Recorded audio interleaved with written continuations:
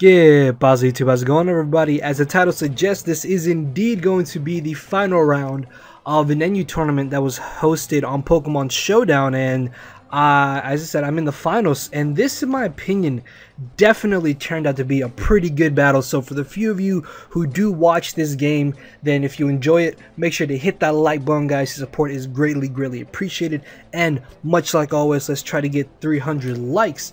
So before I get into talking about the team, this is a team that I've actually had for about a week or so now, a team that I've been playing on and off on while laddering here and there, and I've been using it in some tournaments. I actually made it to the final of a previous tournament but lost due to hacks.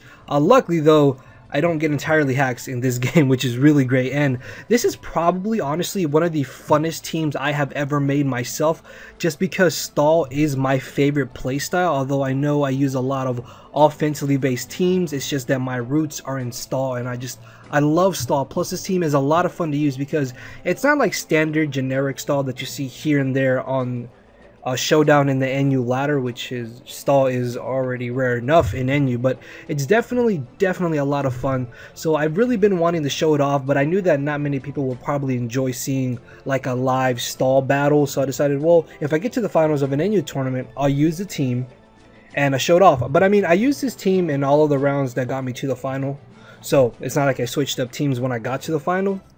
But if you would like me to go in more in depth about the team, I will gladly make like a separate video explaining the team in its entirety, and if you guys would actually want me to, I could even do like a live battle with it. So yeah, let me know in the comment section below how you guys feel about that. So I rambled on enough, 2 minutes in already. I apologize. Let's take a look at the team. So looking at my opponent's team, he actually has Vivian, which I'm not gonna lie, I was 99% afraid of, because honestly, if I allow it to get up at least 2 quiver dances, it can destroy my entire team, especially if I lose Altaria and Licky. So if this is a late game sweeping Vivian, it's going to be a major issue to my team. Not to mention that I need all 6 of my team members in this battle, because they each fit specific roles that I need them to fit. So choosing a Sleep Fodder is going to be rather hard, while not putting this Vivian in a free position to just destroy my entire team. So going into the battle, Vivian was easily the biggest threat I had to watch out for. Also, Luxray is something that I've seen a lot more recently in NU, and it is a really nice wall breaker, so I'm definitely gonna have to play around that Luxray very carefully. If this turns out to be Crotomb, which is Rest, Sleep Talk, Calm Mind, Dark Pulse, Max Defense, and Max HP Crotomb, Spiritomb, sorry, and I lose my Gramble, then I get swept by it, so have to make sure to keep Gramble around. A Vileplume is a major issue to my team if I lose Cryogonal, but I mean, Altaria can kind of deal with it, but my main way of being able to take it down is gonna be Cryogonal. Then Poliwrath, depending on what kind of set it is, will determine how I'm able to deal with it. And then Golem is a Golem. I'm really not worried about it whatsoever. So I had this battle about maybe 30 minutes ago, so it's rather fresh in my mind. If you do watch this, then I greatly appreciate it. And with that being said, let's get this started. Alright, so right off the bat, I'm going to end up leading off with my Seismitoad, as he ends up leading off with a Luxray. So earlier in the tournament, I believe it was round 2, I actually faced a Hidden Power Grass Luxray. So the fact that it lit off with Luxray as it lit off with Seismitoad threw up a red flag in my head. I know it could be very unlikely that he has Hidden Power Grass, but I was honestly fearing it very badly. And I knew that if he has Hidden Power Grass, he most likely does not have Ice Fang, which means my Altaria can deal with it kind of 100%, because I mean, Thunderbolt and Volt Switch is still going to hurt, so he definitely has Thunderbolt. He most likely has super powerful Licky. He also might have Hidden Power Grass, which I'm going to find out this turn, and he could possibly have Volt Switch to try to gain momentum. So turn 1, I'm going to scout out to see if he does have the Hidden Power Grass. As I switch into my Altaria, bam, he turns out to have the HP Grass. Now, because I am a Max Defense and Max HP Seismitoad, he actually had about a 56% chance to OHKO me with Hidden Power Grass, so if I really wanted to, I could have stayed in and risked it, but it was really not in my best position when I could have easily switched into Altaria to scout out for it.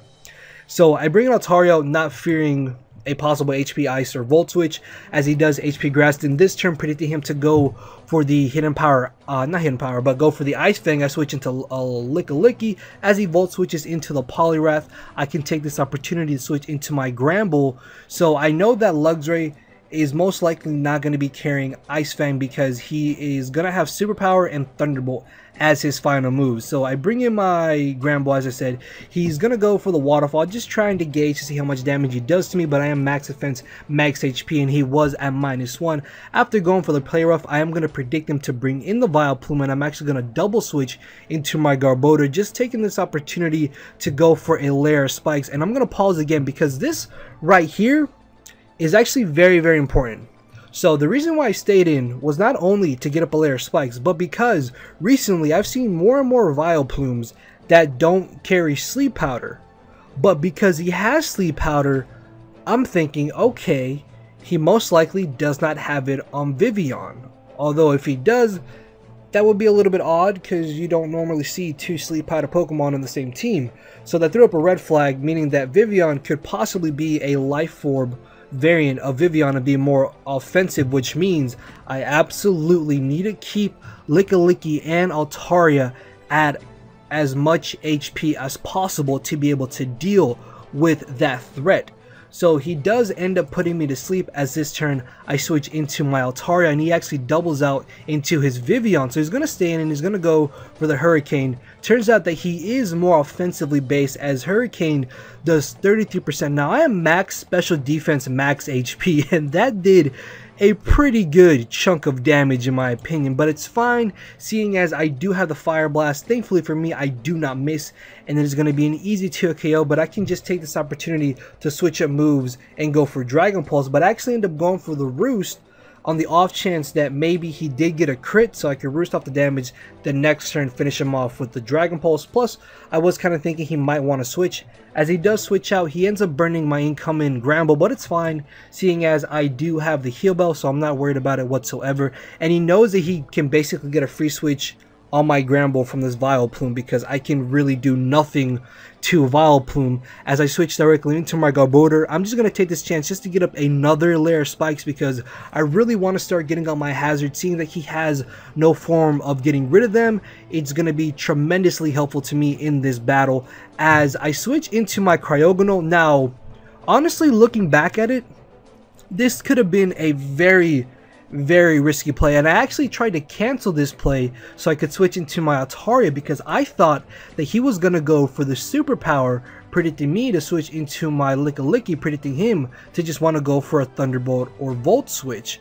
But he does end up going for the Volt Switch, and even though I am max defense and max HP, and that Volt Switch was a crit, I'm still able to take the hit relatively well in my opinion, which is really nice, as he's going to Volt Switch into the Spiritomb. Honestly, Spiritomb can do nothing to my Cryogonal, but I really do not want to risk him possibly being physical and then being able to get off a huge chunk of damage with Pursuit. So I end up going for the Recover, and I mean I do have Haze on this Cryogonal, so I can still kind of deal with Spiritomb one-on-one.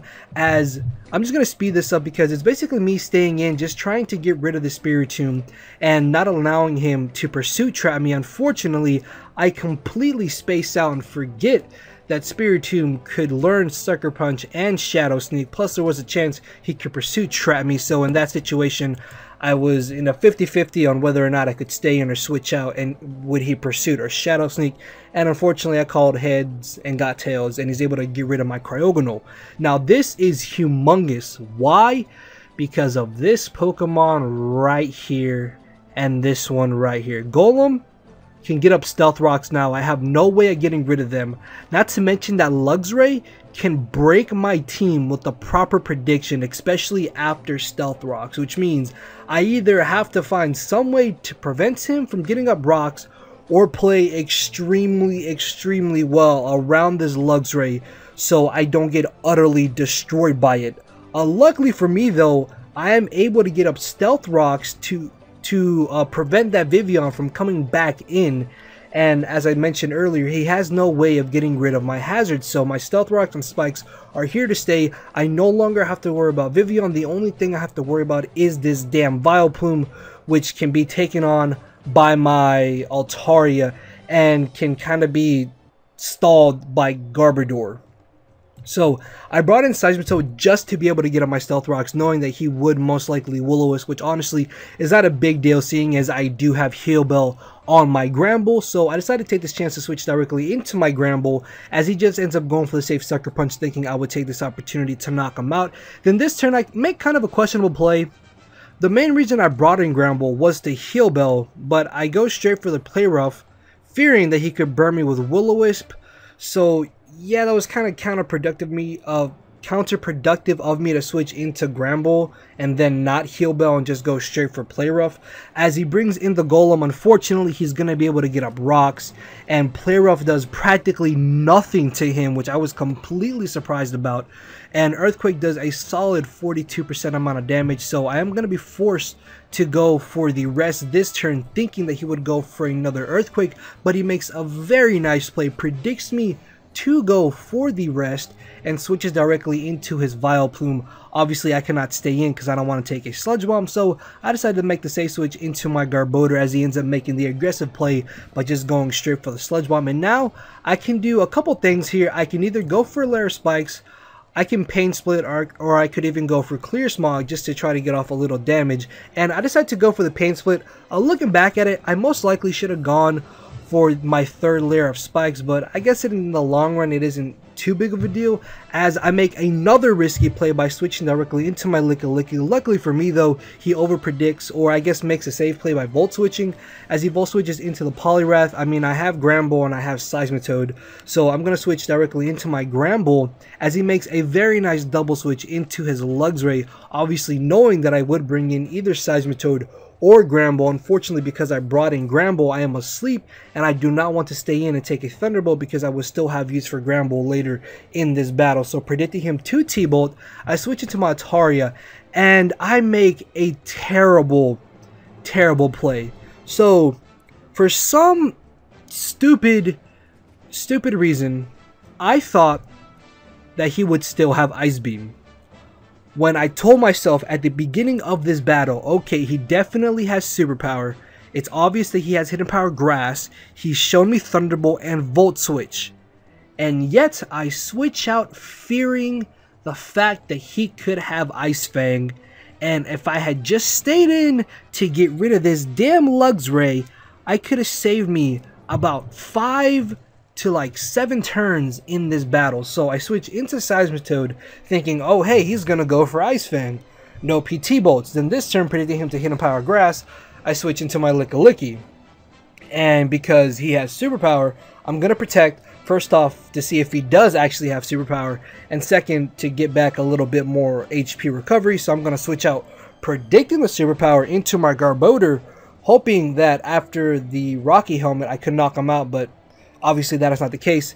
And then I stay in. It turns out that I'm faster than him. I honestly left in Garbodor for Death Fodder, but I'm able to get rid of another giant threat to my team, which was this Luxray. And as I said, if I had just stayed in with Altaria, I could have saved myself so many turns and ensured that my Pokemon did not take any unnecessary Stealth Rock damage. And just, yeah, it was late at night when the tournament happened, so you can blame it on that, but it was just really poor thinking on my part and just misplaying very badly. As he brings in the Poliwrath, I'm just going to leave in Garbodor for Death Fodder this one because I really don't need it, as I'm able to live the Waterfall, and I go for the Pain Split. Looking back at it, I should have definitely gone for my third layer Spikes because it was a 2-hit KO anyways with Waterfall, but hindsight is 2020 and nothing I can do about it now. As I bring in my Lickilicky, he brings in the Vileplume, and this... if I had switched out with Cryogonal, oh, this Vileplume is such a pain in the ass to deal with. The replay is going to be put on fast, so I'm going to stay in, just protect, just to be able to get leftovers recovery, because I want to keep Lickilicky at as much HP as possible. So it turns out that I'm faster than him, and I get really lucky as he misses the Sleep Powder. I'm going to stay in Body Slam, just gauging to see how much damage it does. Luckily, I don't get the paralysis, and you're going to see what I mean by that. As I'm able to go for another wish, he's just going to Sludge Bomb, I guess maybe thinking I would switch out. As he ends up getting the poison, he knows I don't have Heal Bell on this, so he probably went for Sludge Bomb just so he could poison me. As I bring in my Altaria, Oh my lord, my heart just about stopped right here because I thought that he was gonna knock me out with the sludge bomb. I got so scared when I saw that I took rocks damage and my HP bar was just dropping. Luckily for me though, I'm able to live on 9%. Now if he had taken me out with sludge bomb, I would have lost. I would have lost to this Vileplume, because he can stall out my Licky, he has Giga Drain for Seismitoad, and he has Sludge Bomb for my Gramble. So the fact that I made such a ballsy and slightly stupid play by switching directly into Altaria is actually going to really save me in this battle. And thankfully he didn't crit me, so I'm going to be able to get my wish and be brought back up to a solid amount of HP. As I go for the Fire Blast, I know the Fire Blast isn't a 2 KO, but I get the burn, and this burn is actually very, very crucial.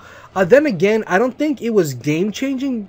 It actually just speeds up the process of me actually being able to take down this Vileplume, because if it really came down to it, I would have been able to just stay in and stall him out of Moonlight and just kept applying offensive pressure with Dragon Pulse and Fire Blast, which is what I'm trying to do now. I'm just switching up between the two moves, just hopefully trying to make him misplay or like get a crit or something. As I go for a Fire Blast, he actually mispredicts, I guess maybe thinking that I would go for the Roost, which means next turn I will be able to knock him out with the Dragon Pulse. Although he did get the poison with the Toxic, at this point with me being able to get rid of that Vileplume and having Stealth Rocks up, his last Pokemon that he can even use is going to be this Golem, which I have Gramble and I have Seismitoad for, and that is basically going to be the victory in my favor. After he's able to knock out my Altaria due to that Toxic, I can bring in Seismitoad and finish him off with any move that I want to go for, and that is going to be the 3-0 victory in my favor on turn 50. And woo, wow. As I said, throughout this whole game, I was just I felt that I was really pressured, because if I had made a misprediction against that Luxray or allowed Vivian to set up or lost both Altaria and Cryogonal, then I would have easily lost this battle. Luckily though, I played my cards just about 100% right. I did misplay obviously here and there, but in the end I was able to get on my hazards and keep my Mons at enough HP to where I needed them to be, and made the right plays and just was able to pull out the victory in the long run. So yeah, hopefully you guys did enjoy this game. As I said, in my opinion, I thought this was a pretty good game, but I really do enjoy this stall team. And for the few people who are still here, thank you for watching. And if you enjoyed, then you know what to do, guys. Make sure to hit that like button. And with that being said, I will see you all tomorrow, hopefully with 2 uploads. So yeah, later everybody.